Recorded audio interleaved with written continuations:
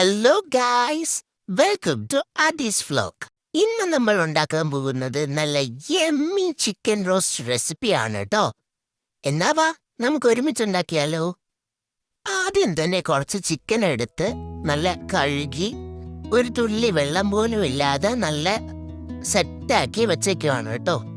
അത് കഴിഞ്ഞിട്ട് 2 സവാളയാണ് ഞാൻ എടുത്തേക്കുന്നത്. അത് നീളത്തിൽ അരിഞ്ഞത്.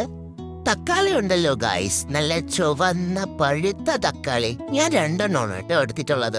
അത് ഇതുപോലെ അരിഞ്ഞെടുത്തിട്ട് പിന്നെ ഇഞ്ചി വെളുത്തുള്ളി പച്ചമുളക് പേസ്റ്റും കുറച്ച് മല്ലിയിലയും കൂടെ. ഇത് നമ്മൾ ലാസ്റ്റ് ആണ് കേട്ടോ ഇടുന്നത്. ബാക്കി മസാലകള് പിന്നെ ആഡ് ചെയ്യുന്ന കാണിക്കാം. ആദ്യം തന്നെ ഗ്യാസ് ഓൺ ആക്കി പാൻ വെക്കാം. അത് കഴിഞ്ഞ് പാൻ ചൂടായി വരുമ്പോഴത്തേക്കും കോക്കനട്ട് ഓയിൽ നമുക്ക് ഒഴിക്കാം. നമ്മൾ എണ്ണ ചൂടായി വന്നതിന് ശേഷം ഗ്രാമ്പു, കറുകപ്പട്ട, തക്കോലം പിന്നെ കറുവേല. അതിനുശേഷം നമ്മൾ നേരത്തെ അരച്ചു വെച്ചിരുന്ന ഇഞ്ചി വെളുത്തുള്ളി പച്ചമുളക് പേസ്റ്റും കൂടി അതിൽ ആഡ് ചെയ്യാം. എന്നിട്ട് അത് നന്നായിട്ട് മിക്സ് ചെയ്തിട്ട് നല്ല ഗോൾഡൻ കളറാക്കി എടുക്കണം. കണ്ടോ ഗായ്സ്, നല്ല ഗോൾഡ് കളറായി വന്നു. ഇനി നമുക്ക് നമ്മൾ നേരത്തെ അരിഞ്ഞു വെച്ച ഉള്ളി നമുക്കിതിലോട്ട് ആഡ് ചെയ്ത് കൊടുക്കാം. ആഡ് ചെയ്ത് കൊടുത്തതിന് ശേഷം നമുക്കിത് നല്ലതുപോലെ മിക്സ് ചെയ്യണം. അത് എല്ലാം നേരത്തെ ഇട്ടിരുന്ന ഗ്രാമ്പു, പട്ട, പിന്നെ ഇഞ്ചി വെളുത്തുള്ളി പേസ്റ്റ് എല്ലാം കൂടിയായിട്ട് മിക്സ് ചെയ്ത് കൊടുത്തിട്ട് നമുക്ക് ഉപ്പിടാം. ഉപ്പാണല്ലോ മെയിൻ. അപ്പോൾ ഉപ്പിട്ട് നല്ലതുപോലെ നമുക്ക് മിക്സ് ചെയ്തെടുക്കാം. അതാകുമ്പോൾ പെട്ടെന്ന് നമുക്ക് വരണ്ട് കിട്ടും. കുറച്ചു നേരം ഫ്രീ ആയി വെച്ചതിന് ശേഷം നമുക്കിത് അടച്ച് വെക്കാം. അടച്ചു വെക്കുമ്പോഴത്തേക്ക് ആവിയിലിരുന്ന് കുറച്ചും കൂടി അത് വെന്ത് സെറ്റായി വരും. അത് കഴിഞ്ഞിട്ട് ഒരു 5 മിനിറ്റ്സ് ഒക്കെ കഴിഞ്ഞിട്ട് ഇത് നമുക്ക് തുറന്നു കൊടുക്കാം. അപ്പോഴ് നല്ല എല്ലാം ഒന്ന് യോജിച്ച് സെറ്റായി വരും. ഇനി കുറച്ച് നേരം കൂടെ നമുക്കത് മിക്സ് ചെയ്ത് കൊടുക്കണം. എന്താണ് പരുവെന്ന് അറിയാൻ വേണ്ടിയിട്ടാണ് കേട്ടോ ഗായ്സ്. പിന്നെ വേറൊരു കേസുണ്ട്, ശ്രദ്ധിക്കണം. നമ്മൾ കുക്ക് ചെയ്യുമ്പോൾ നമ്മളെ മനസ്സ് എപ്പോഴും അതിലായിരിക്കണം. വേറെ ചിന്തകളിലോട്ടൊന്നും പാടില്ല ഗായ്സ്.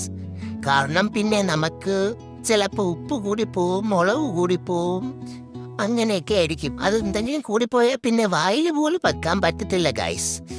ഇത് കഴിഞ്ഞിട്ട് നമുക്കൊന്ന് കുറച്ചും കൂടി ഒന്ന് അടച്ചു വെച്ച് വേവിക്കാം. അത് കഴിഞ്ഞ് ഒരു 3 മിനിറ്റ് കഴിയുമ്പോൾ ഒരിക്കൽ കൂടി അതൊന്ന് തുറന്നിട്ട് അതിലോട്ട് മഞ്ഞപ്പൊടി നമുക്കിടാം. മഞ്ഞപ്പൊടി ഇട്ട് നന്നായിട്ട് ഒന്ന് യോജിപ്പിക്കാം. എല്ലാം കൂടി ആയിട്ട് ഒന്ന് നമുക്ക് ഇളക്കി കൊടുക്കാം. അപ്പം ഞാൻ നേരത്തെ പറഞ്ഞു വന്നെന്ന് വെച്ചാ ഉപ്പും മുളകും ഒക്കെ കൂടിപ്പോയി കഴിഞ്ഞാൽ നമുക്ക് വായിൽ പോലും വെക്കാൻ പറ്റത്തില്ലായിരിക്കും. അത്രയ്ക്ക് കൊള്ളൂലായിരിക്കും. അതുകൊണ്ട് നമ്മൾ എപ്പോഴും നമ്മൾ കുക്കിങ്ങിൽ കോൺസെൻട്രേറ്റ് ചെയ്തിട്ട് വേണം നമ്മൾ ചെയ്യാൻ. ഓക്കെ, ഈ കാര്യം മറക്കല്ലേ ഗായ്സ്. പിന്നെ ചില എന്റർടൈൻമെന്റ്സിന് വേണ്ടിയിട്ട് നിങ്ങൾക്ക് കുക്കിംഗ് ചെയ്യുമ്പോൾ പാട്ടൊക്കെ കേട്ട് കുക്കിംഗ് ചെയ്യാം.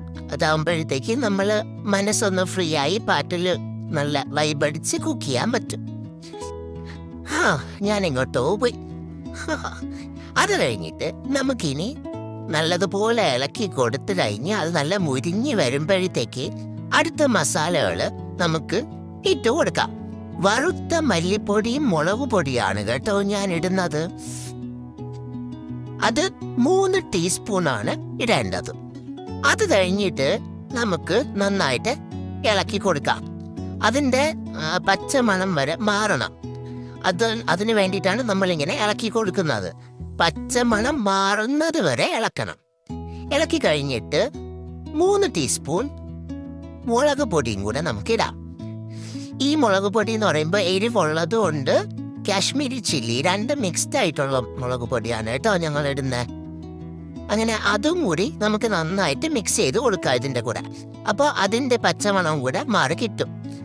നമുക്ക് ഒരു ലോ ഫ്ലെയിമിൽ വെച്ചിട്ട് വേണം നന്നായിട്ട് ഒരു 3 മിനിറ്റ്സ് വരെയെങ്കിലും ഇളക്കി കൊടുക്കേണ്ടത്. എന്നാലേ ഈ പച്ചമണമൊക്കെ മാറി നമുക്ക് നല്ല ടേസ്റ്റി ആയിട്ട് കിട്ടത്തുള്ളൂ. അത് കഴിഞ്ഞിട്ട് അരിഞ്ഞു വെച്ചിരുന്ന ടൊമാറ്റോയും കൂടെ നമുക്ക് അതിലേക്ക് ഇട്ട് കൊടുക്കാം. അതും ഈ സെയിം നേരത്തെ പറഞ്ഞതുപോലെ ഒരു 3 മിനിറ്റ്സ് എങ്കിലും നമുക്ക് അത് മൊത്തത്തിലൊന്ന് മിക്സ് ചെയ്ത് കൊടുക്കാം.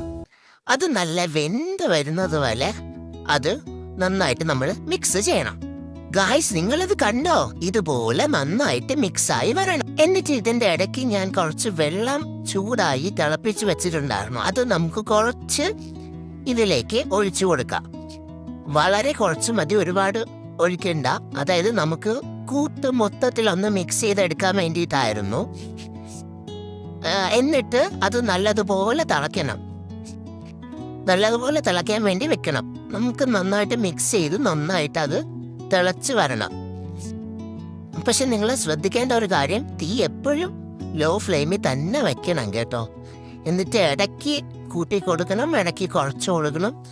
അത് അതിൻ്റെ കണ്ടീഷൻ പോലെ നിങ്ങളത് ശ്രദ്ധിച്ച് വേണം ചെയ്യാൻ, അല്ലെങ്കിൽ കരിഞ്ഞു പോവും ഗൈസ്. ഇപ്പൊ അതോ ഗ്രേവി കുറച്ച് തിക്കായിട്ടുണ്ട്. ഇനി നമുക്ക് ചിക്കൻ അതിലേക്ക് ഇട്ട് കൊടുക്കാം. ഇട്ടിട്ട് നന്നായിട്ട് പെരട്ടി നമുക്ക് എടുക്കാം. അതിനെ മൊത്തത്തിലൊന്ന് യോജിപ്പിച്ചെടുക്കാം.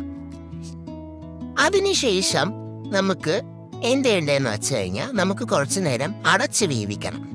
നമുക്കൊരു 10 to 20 മിനിറ്റ്സ് വരെ ഇത് അടച്ച് വേവിക്കാം. തുറന്നപ്പോ എന്റെ ദൈവമേ, എന്തൊരു മണമാണ്! സത്യം പറഞ്ഞാൽ കണ്ടിട്ട് കൊതിയായി വയ്യ. ഇതിന്റെ കൂടെ നമുക്ക് അപ്പോ ചപ്പാത്തിയോ പൊറോട്ടയോ എന്താന്ന് വെച്ചാൽ ഇതിന്റെ കൂടെ കഴിക്കാം.